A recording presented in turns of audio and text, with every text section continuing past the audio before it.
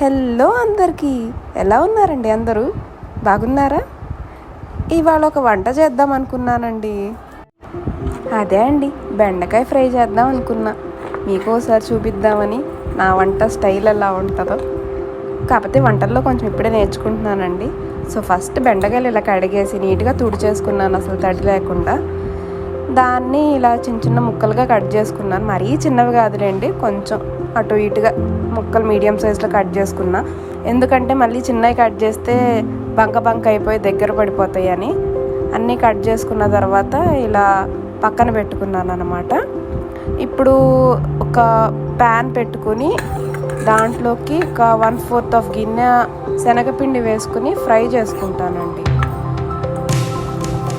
ఇది వేయించుకుంటేనే టేస్ట్ వస్తుందండి. ఇది వేయించుకున్న తర్వాత ఇలా పొడి పొడిగా అన్నట్టు ఉంటుంది, ముద్దగా పడకుండా.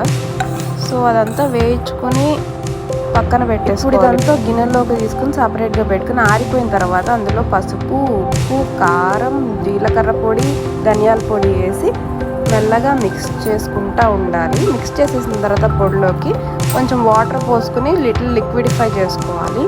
అది ఇలా పేస్ట్ చేసుకుంటూ మెల్లగా కలుపుకోవాలి. ఇప్పుడు అదే పెనంలోకి సరిపడా ఆయిల్ తీసుకున్నాను. నేను వాడేది virgin sesame oil, ginger cold pressed ఒకటే వాడతాను. ఇప్పుడు కట్ చేసుకున్న బెండకాయ ముక్కల్ని తీసుకుని ఆ పెనంలో వేసేసుకోవాలి ఆయిల్లో ఫ్రై చేసుకోవడానికి. తర్వాత అది ఫ్రై చేసుకుంటూ ఉండాలి. మీడియం ఫ్లేమ్లో పెట్టుకుంటే కొంచెం క్రిస్పీ అవుతాయి. ముందు ఇవి ఫ్రై చేసేసుకోవాలి. హాఫ్ కుక్ సరిపోతుంది. సో అవి తీసుకుని ఫ్రై చేసేసిన తర్వాత మెత్తపడిన తర్వాత తీసుకుని పక్కన పెట్టేసేయాలి. ఇలా నొక్కితే కొంచెం మెత్తపడాలండి, అది హాఫ్ కుక్ అయినట్టు. ఇవి తీసి పక్కన పెట్టేసుకుందాం. ఇప్పుడు అదే పెనంలోకి కొంచెం ఆయిల్ పోసేసుకుందాము. అది వేడెక్కేదాకా కొంచెం చూసి మెల్లగా అందులో ఆనియన్స్ వేసుకోవాలన్నమాట. అందులో వేయించుకున్న తర్వాత కొంచెం జీలకర్ర, ఇంగువ కూడా వేసి కలిపేసుకోవాలి ఆయిల్లోకి. కొంచెం అలా వేయించుకుంటూ ఉండాలి. తర్వాత అది గోల్డెన్ బ్రౌన్ షేడ్ వచ్చి కుక్ అయిన తర్వాత, ఇది ఫ్రై అయిన తర్వాత ముందుగా మనం పక్కన పెట్టుకున్న బెండకాయ ముక్కలు ఫ్రై చేసినవి ఉన్నాయి కదా, అవి ఇందులో మిక్స్ చేసేసుకోవాలి. అది మొత్తం వేసేసి తర్వాత తిప్పుకొని మిక్స్ చేసుకోవాలన్నమాట.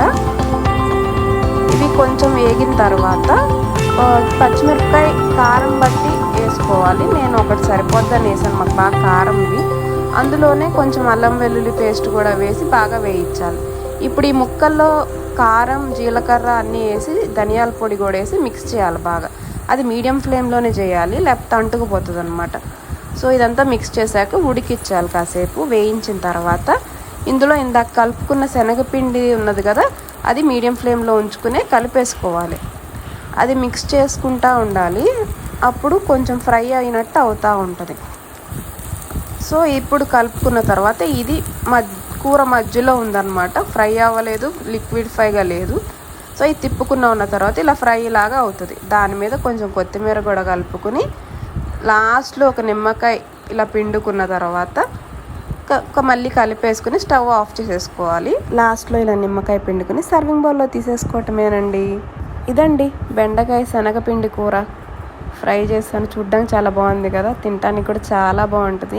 ఇది నా ఫస్ట్ వంట వీడియో అండి. మీరు కూడా ట్రై చేసి చెప్పండి కామెంట్స్లో ఎలా ఉందో. ముందైతే లైక్, షేర్ అండ్ సబ్స్క్రైబ్.